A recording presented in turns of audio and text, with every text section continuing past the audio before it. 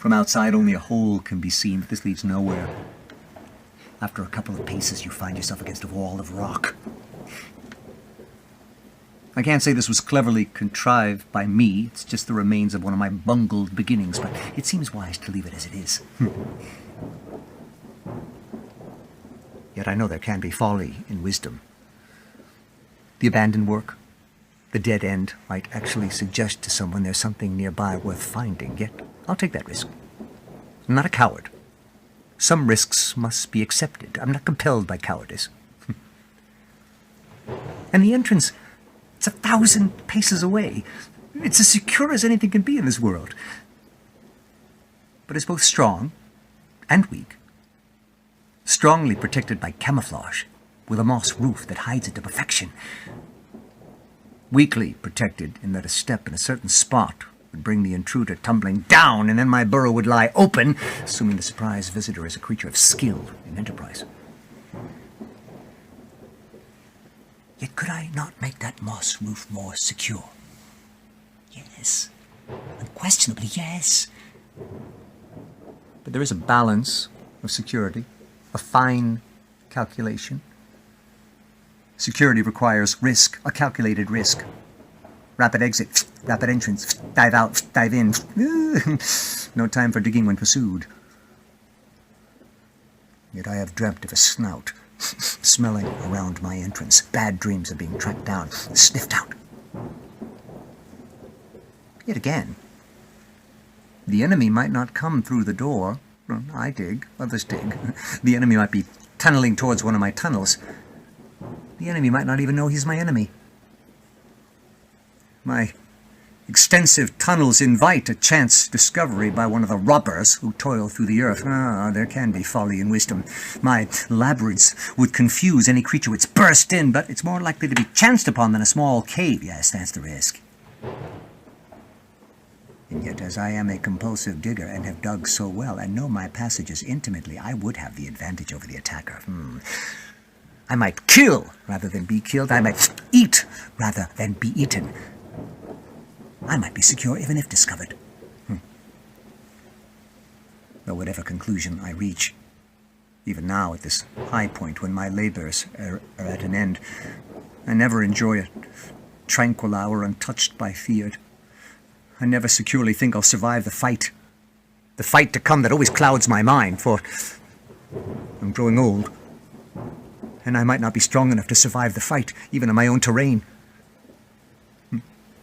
Yet I'm not so old that I've lost my pleasure in the fine calculations of defense, attack, and counterattack. My mind is ever active. Yes. Though unfortunately active at times due to the rumors. The rumors I once heard, when I did hear things, of creatures that rise from below. Of enemies far more fearsome than those that work at my level. How could I plan a defense against them? Against the deep enemies that destroy everything at once? No, I'd never reach the daylight if an attack erupted from below all around. No chance at all. And it's not just rumors, but tremors. Oh, yes. Yes, I've heard them. I've pressed an ear to the ground and held my breath and listened to the earth tremble. Do they know I'm here? I dig quietly. I'm able to work without attracting the attention of an enemy 50 paces away, an enemy that is at my level. But the creatures of the inner earth might have peculiar senses. They must, if they work deep and strike precisely. Perhaps the rumors exaggerated their skills. Yeah, but perhaps they didn't. And yet I lack the strength to dig down far into the earth and counterattack, so I must rest and watch and listen and hope. I dig alone. I'm able to work without attracting the attention of anyone. And yet again, though I say I dig alone, that's not strictly true. The field mice and others have worked the soil, opened their own tunnels, and increased the ventilation. My excavations could be mistaken for the work of some other creature, a number of which is surprisingly tasty. Oh, yes, I've experimented. Yes. Yet I must not give a false impression of the earthly activity deep down. No, my burrow is perfectly still, and that's the most beautiful thing about it. Most of the time. In a moment, this stillness could end, and I could be destroyed. But now all is still. For hours I can patrol my tunnels and hear nothing except the occasional scratching of a small animal. Sometimes I kill and eat. Then all is silent again. I revel in the beauty of the silence and the distant fragrance of the wood in my nostrils. And when the summer fades and the nights lengthen, my feelings are sublime. I can face winter secure in the earth. I can sleep and wake up in stillness and warmth. I'm not a wanderer of the woods sleeping under leaves. No, I'm a creature with a home. I have a wide choice of places to sleep.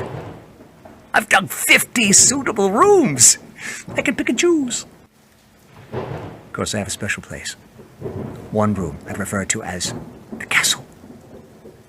By thinking hard and digging hard, I've contrived the most secure room which no creature could surprise. No, I've certainly worked for my security.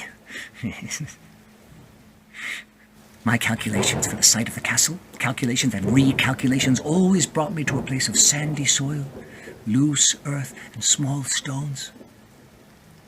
And I worked until I bled, shifting and compacting. My blood is in the soil here. And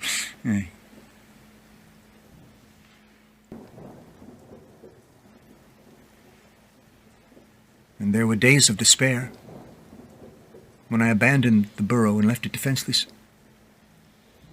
Yet when I returned with hope somehow revived, I found everything untouched. My burrow is perfectly placed. Creatures pass it by and suspect nothing. My castle's also my store. Most of my provisions are here. This is the point of security. If I'm secure anywhere, it's in this place, my castle. And yet my reflections never cease. I'm always considering whether I've achieved the optimum arrangement. My mind watches my mind. No plan has ever been devised that's beyond improvement. And so I've made experiments. I've shifted my stores to some of my smaller rooms. I've tried spacing stores regularly and used just every third chamber. I've tried just having 4 other storerooms. I've tried just having 1 other store. And so for a while there was a second chamber, but now everything is back here. If I can't defend this place, I'm lost. Such is my reasoning. But I always search for the folly of my wisdom. And yet, there is an evident advantage to keeping the rest of the burrow free of obstacles. I must maneuver. I must monitor. I must move rapidly at times. And if some other digger of the soil chanced to dig into one of my scattered stores, wouldn't he have proof that somebody was here? But if he chanced on an empty room at the end of an empty corridor, might he turn away? Yes, he might. He might. Perhaps. And yet having all my stores around me is a temptation.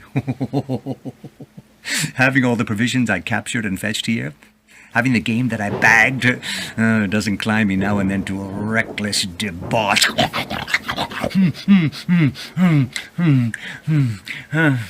And each of these renders me helpless. All my precautions are forgotten until I lift myself off the floor and repair my person and my home. I make a tour of the burrow, a tour of inspection. And to atone for my breach of discipline, I make repairs and improvements. Even though at times I've entertained the notion of perfection, of having finished my work perfectly. I know this is mere foolishness. No, there's nothing perfect in this world. No, nothing. But as I toil at my repairs and improvements, I regain some self-respect. I put my debauchery from me and I become a sober workman again. Yet in these states of atonement, I'm always tempted to rework completely the passages around the entrance. They show a defective spirit. Created a maze. It's as if my design were meant for entertaining guests after lunch. It's not based on a rational analysis of the need of self-defense. It's a toy. Yet, despite this folly, I can once in a while delude myself that I finished my work perfectly. This can only be the result of a self-willed blindness, which is a debauchery of the mind, and to be feared more than debauchery of the body. What is to be done with the entrance? That childish maze? How often I faced that question here in my castle, and how much shame I've experienced when remembering my past pride. I was proud because I thought I'd been wise to make a maze, or such is the folly of wisdom. But I can't just sweep it away. I can't quickly rework my entrance, and while shifting vast quantities of soil, I'm most likely to be caught distracted by my work, most likely to be caught distracted by the vicious creatures of the wood. By striving to make myself more secure, I risk all of my security. There's the reason, there's the logic. And yet I'm drawn to the problem of the entrance, to its defective design. Even though I acknowledge that the soil here and there, the rocks and roots, have forced compromises in the building of my burrow. However, the defects in the entrance are due to the defects in my character. That's the difference, and that's the source of shame. So, I'm forced to have this argument with myself repeatedly, yet each time I reach the right conclusion, just leave it as it is. But also, each time I'm troubled in this way, my fears slide from the maze at the entrance to my door. That trapdoor that separates me from the world. There is the burrow, and there is the world, and a camouflaged door lies between them. There have been seasons when I left it undisturbed for so long that the moss over the door binds itself to the ground on all sides.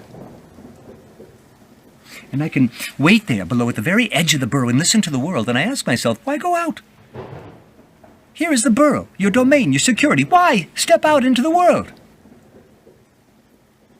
It is fear which makes me brave. That's the answer. I need to see the creatures pass by and leave my door undisturbed.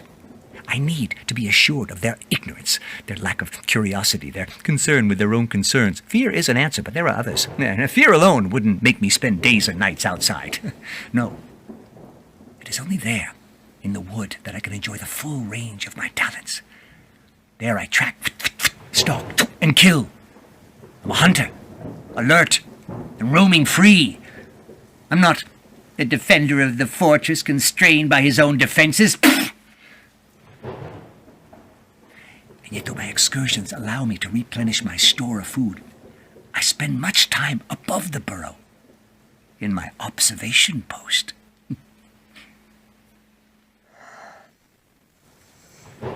I've built a hide even more perfectly camouflaged than my moss-covered entrance, and into my hide I crawl. A shallow trench disguises the path, and secretly I approach my post and observe. I watch the creatures come and go, because my burrow is not in the remotest spot. It's 50 paces from a path. Not the busiest path, but one with sufficient traffic to give momentum to those traveling east and west. No creature would camp there. No, I'm free of that fear. And any creature which approached too close would have to watch its back. How quickly the hunter becomes the hunted. And if I saw someone exploring too close and knocking at my door, death would follow at once.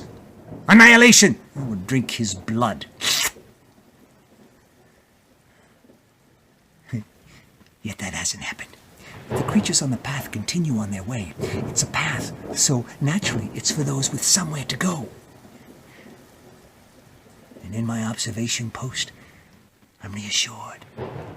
I take the measure of the world and I confirm my obscurity.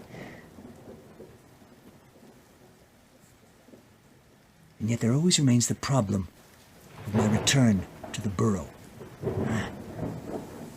In part, this comes from my love of the burrow and my delight in watching its secret door and contemplating my domain underground.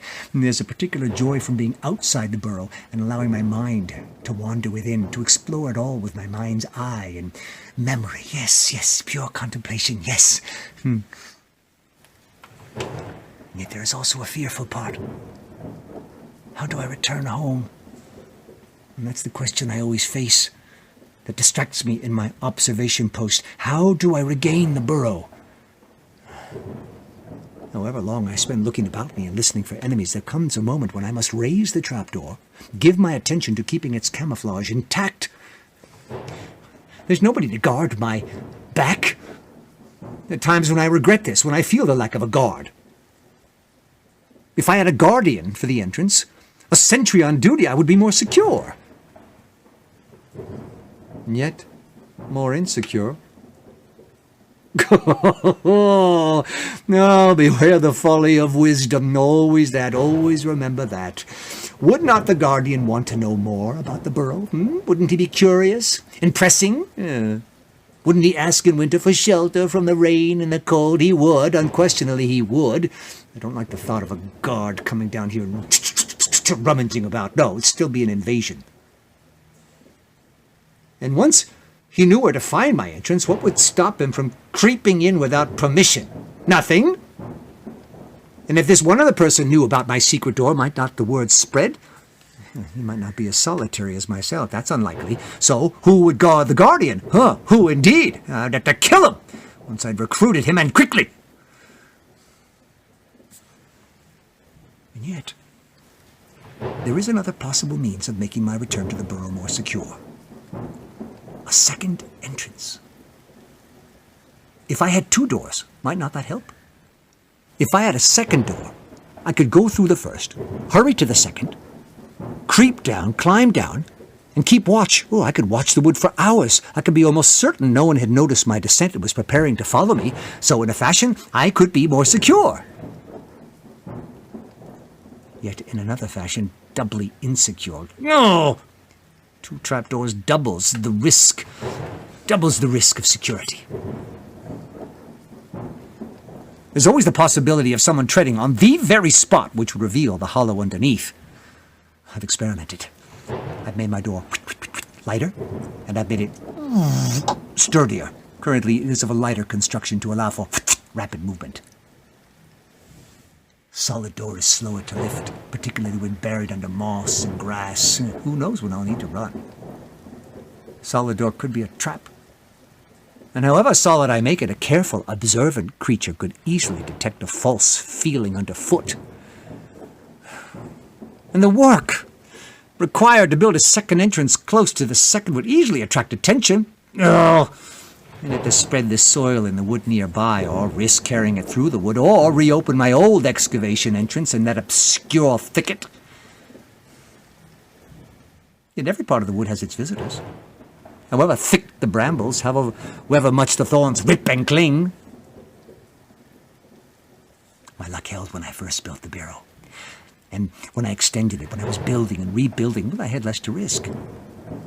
My domain had not reached its present magnificence. My domain was not complete. No. Now, to resume work on a large scale would be to risk it all. Oh, folly and wisdom, yes. Yet I have to regain the burrow somehow. If I go out the door, I must come back through it. The logic is inescapable. So, I have a routine, a discipline. I completely cover my observation post. Then I creep within 10 paces of the door, and I freeze. For an hour, sometimes more, I move nothing but my head.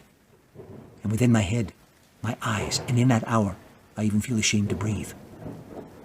Then, when I feel the moment is ripe, I slither to the trapdoor, work it free, grasp the roots sticking out from the walls, lower myself, position the trapdoor, climb down, and lurk in the dark. I wait 2 more hours, and I'm listening.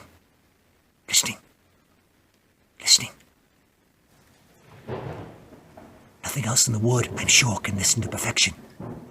Listening there is vital defensive work, for it would be dreadful to have been detected. It's the sort of dread which disturbs my sleep.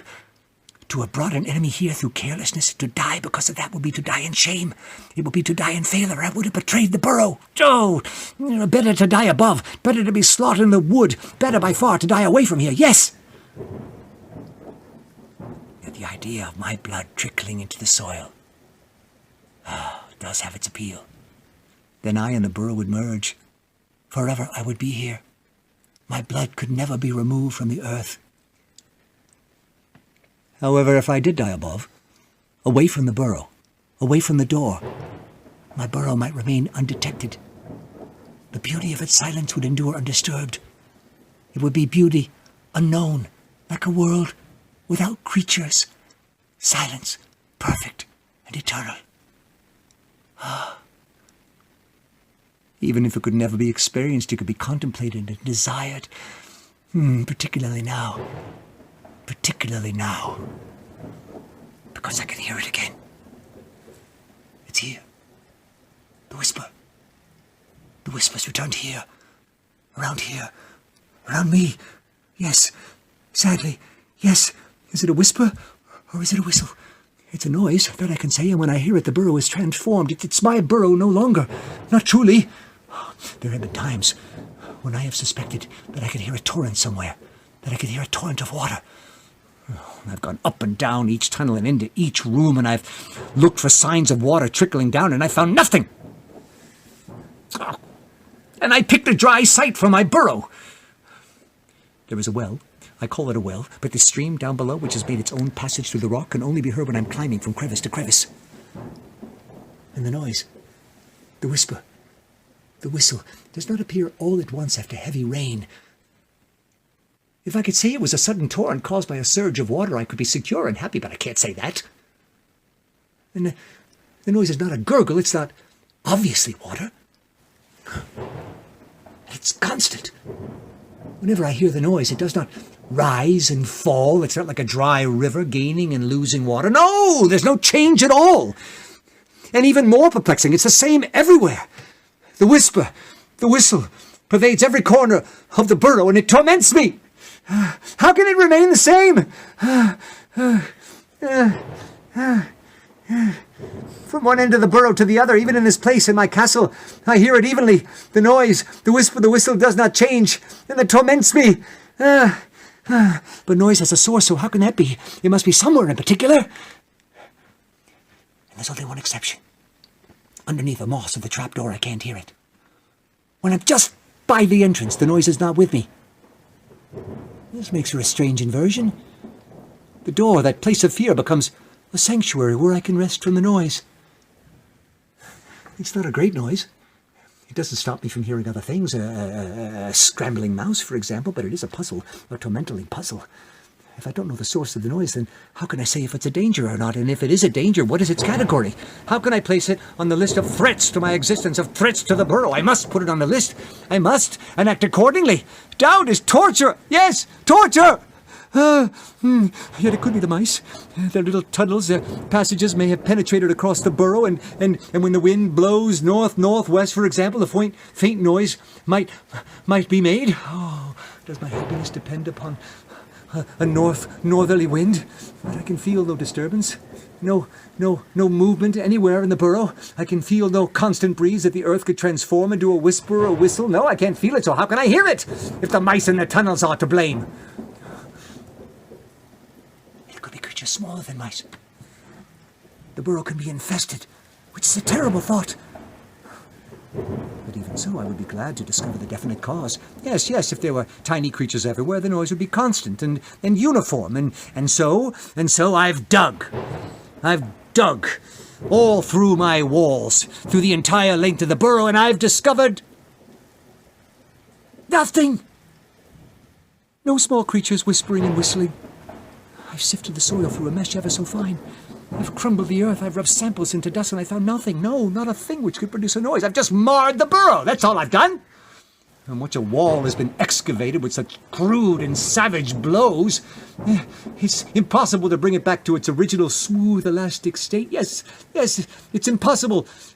Impossible as my ears are plagued by the noise, that torturing noise.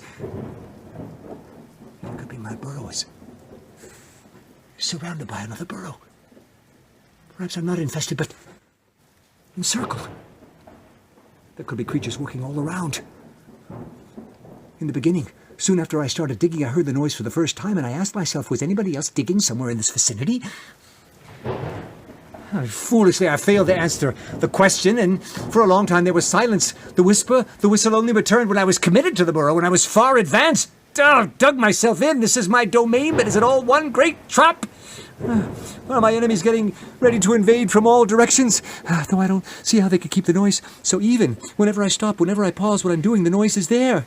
Do they never rest? Do they always work in all places at once? Do they need such extensive preparations to attack me? It's all so strange. It's frightening. And so I've contemplated a counterattack. I've considered digging a new tunnel deep into the soil away from my burrow. Yes, and I would dig in perfect silence, and I would inevitably break through and walk amongst them and slaughter them by the dozens, and if I died in the lake of their blood, I would die exceedingly well. Yes! Yet a doubt torments me. This encircling burrow, these enclosing siege works, they might just be a phantom. I might dig wildly forever and achieve nothing except the ruin of my own creation. This new and superfluous tunnel might just serve as a monument to my own uncontrolled mind, my rash thoughts. The evenness of the noise suggests, whatever my counter-arguments, that there is only one enemy and that he is working deep down, that my destroyer is below me. And so the noise is the same everywhere, and that he works in long, steady shifts in ways completely alien to me. And when he chooses, he will rise up from the earth. But am I prepared? No, I can't even pretend I am. I don't understand my own defensive plans anymore. Why haven't I prepared avalanches to bury an attacker and destroy him? Why are there no spiked pits? Why no poison? No, my defenses are so feeble, so inadequate, so naive, and yet...